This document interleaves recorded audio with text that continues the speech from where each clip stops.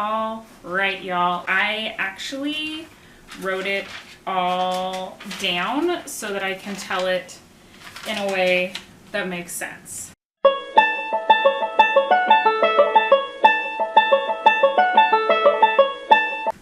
My bag. When I got into Manchester, my bag was not there. I was given a number to call and an email to file a claim. So this was June 21st.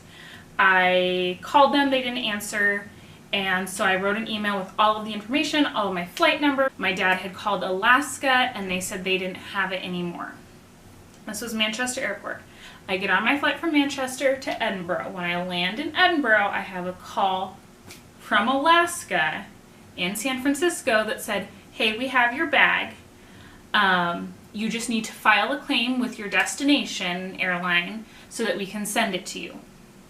So I emailed Manchester again, this is all still the 21st, and I said, okay, Alaska says they have it, I just need a claim number so that they can send it this way. 2 days later, I hear back from the baggage people in Manchester, and they said, here is your claim number, blah, blah, blah, blah. This is the tracing website. We'll get your bag, taken care of. This was the 23rd of June. The next day, when I checked the tracing website, it said that my bag was going to Angola, Africa. So I tried to call them in Manchester and they didn't answer. And I left I called multiple times a day from the 24th through the 30th. I just kept calling and calling and calling and calling. On the 25th, my dad called Alaska and they were like, we don't have it. I don't know what you want from us. Did you file your claim? Blah, blah, blah. The 30th, I was just done. And I went nuclear and I made a Twitter and I tweeted at Thomas Cook and I said some things in my tweet about how ridiculous this all was.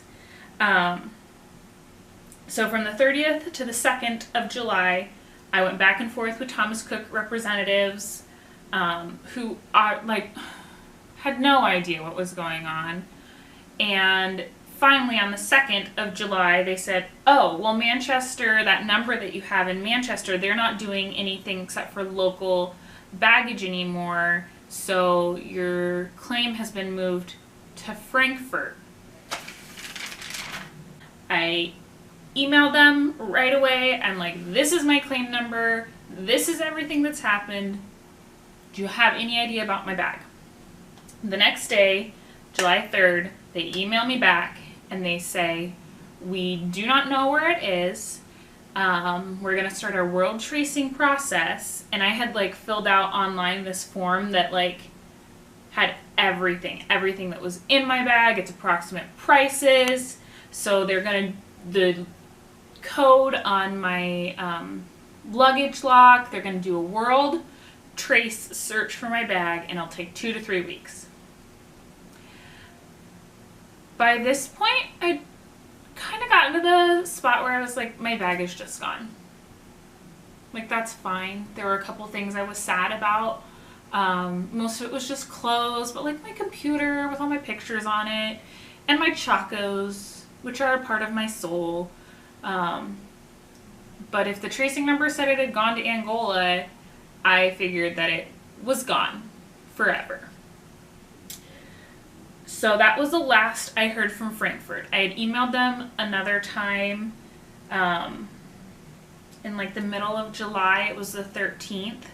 And I said, hey, what is the compensation process if you don't find my bag? Up until this point, I had just been in Scotland, and that made it really easy for me to get along without my bag because I was in one place, but I was getting ready to leave and continue the rest of my travels. So I needed to know what was up, and I had spent already a lot of money both getting my meds, getting new clothes, getting new shoes that would stand up to trekking all over the UK, and I had not heard anything at all about compensation.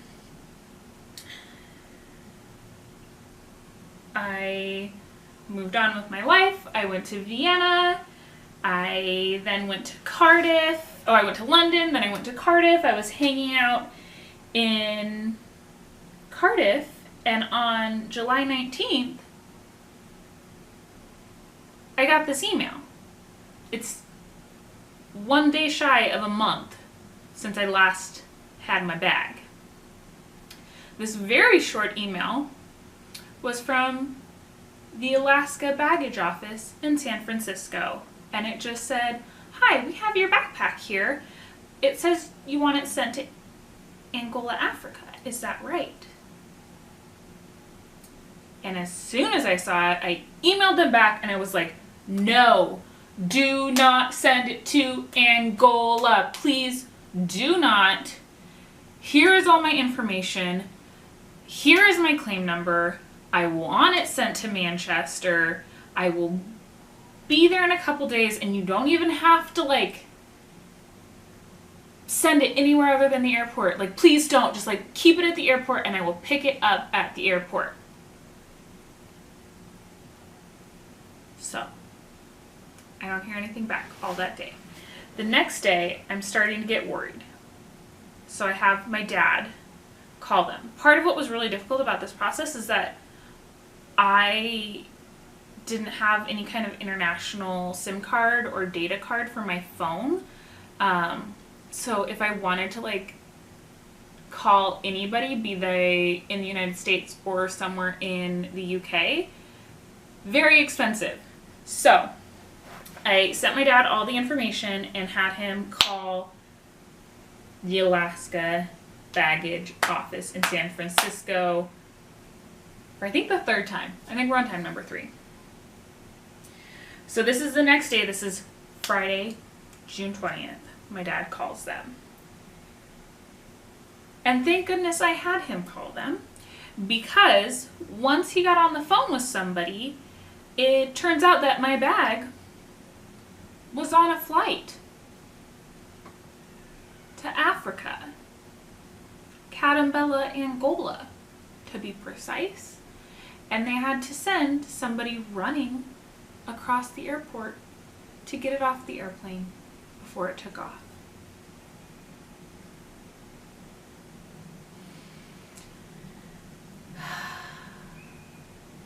He was told by the Alaska representatives on that day, which again was a Friday, that it would be sent out that day to Manchester. A little later that afternoon, I got a call from somebody in baggage claim world somewhere, just like verifying all my information. I asked her to update it, that no, because when I originally filed I was in Scotland, like no, do not send it to Scotland, just please, please, please send it to the airport in Manchester and I will pick it up. Like, just get it to the Manchester airport. The next day, Saturday morning, my dad called and was told it's on a flight. It's going to Manchester. Sunday I check and my tracking number on the claim website still says that it's supposed to go to Angola. So I have Dad call again. And he tries multiple times and just keeps getting sent to voicemail.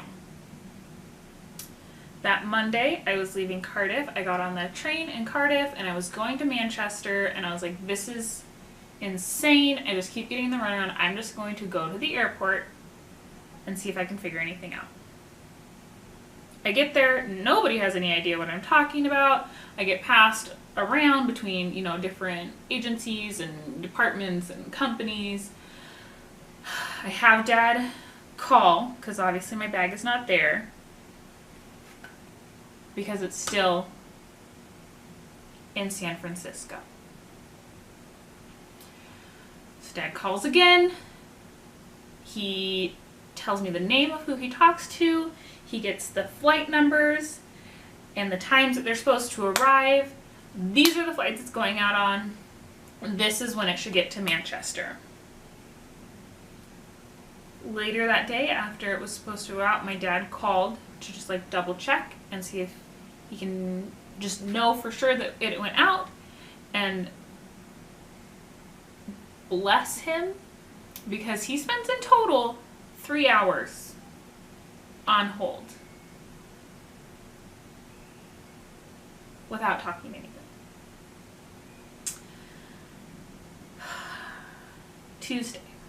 Tuesday morning, it was supposed to, if it had gone on the flights it was supposed to get to Manchester Airport at like 10:30. I still had not heard from anybody. Nobody was answering the phone. So, sweet Steph took me to the airport. I think it was like noon. And nobody can find my bag. So Dad calls again. He gets a hold of Alaska, and Alaska's like, yeah, it went out, but now it's on a Delta flight, so we have no idea anything about it. We don't know anything that's going on. It's out of our hands. So Dad calls Delta. Delta's like, oh, that's actually a KLM flight, so you need to talk to them.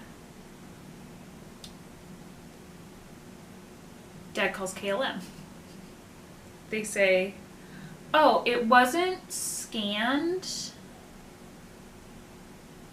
when it was put on the plane, but that doesn't mean anything. It was supposed to be routed through Amsterdam, and sometimes bags get held up in Amsterdam, so we can't tell you where it is or anything, but it probably got held up in Amsterdam. Later that day, Steph and I go back to the airport again. We got there.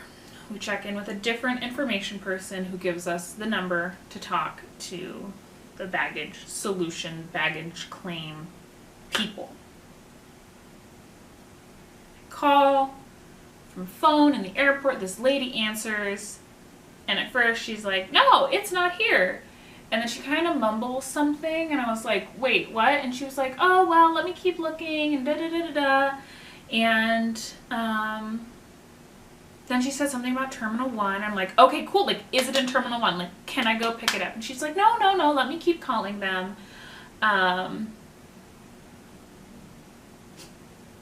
It's not in Terminal 1. It was in Terminal 1 until it was sent to the courier to be sent to Scotland. So she gave us a number for the courier. Stephanie called because I just didn't have anything left in me. And when she called, they were getting ready to put it on the truck to send it to Scotland. And she said, no, please don't. Please stop. Where are you? Can we come pick it up? They were like 10 minutes from the airport, and she's like, we are coming. Please don't put it on the truck. I might have sat down on the floor of the airport for just like a minute. But I didn't cry, which is impressive. We went. We walked in. Oh my gosh, do you need my ID? It was there. If you pass me that bit of paper, I'll be able to I sign like away. Holy shit. was so That's great. just like All yours. angry You passed it. and relieved Thank you. and just overwhelmed. I have my bag back. I'm never letting it out of my sight again.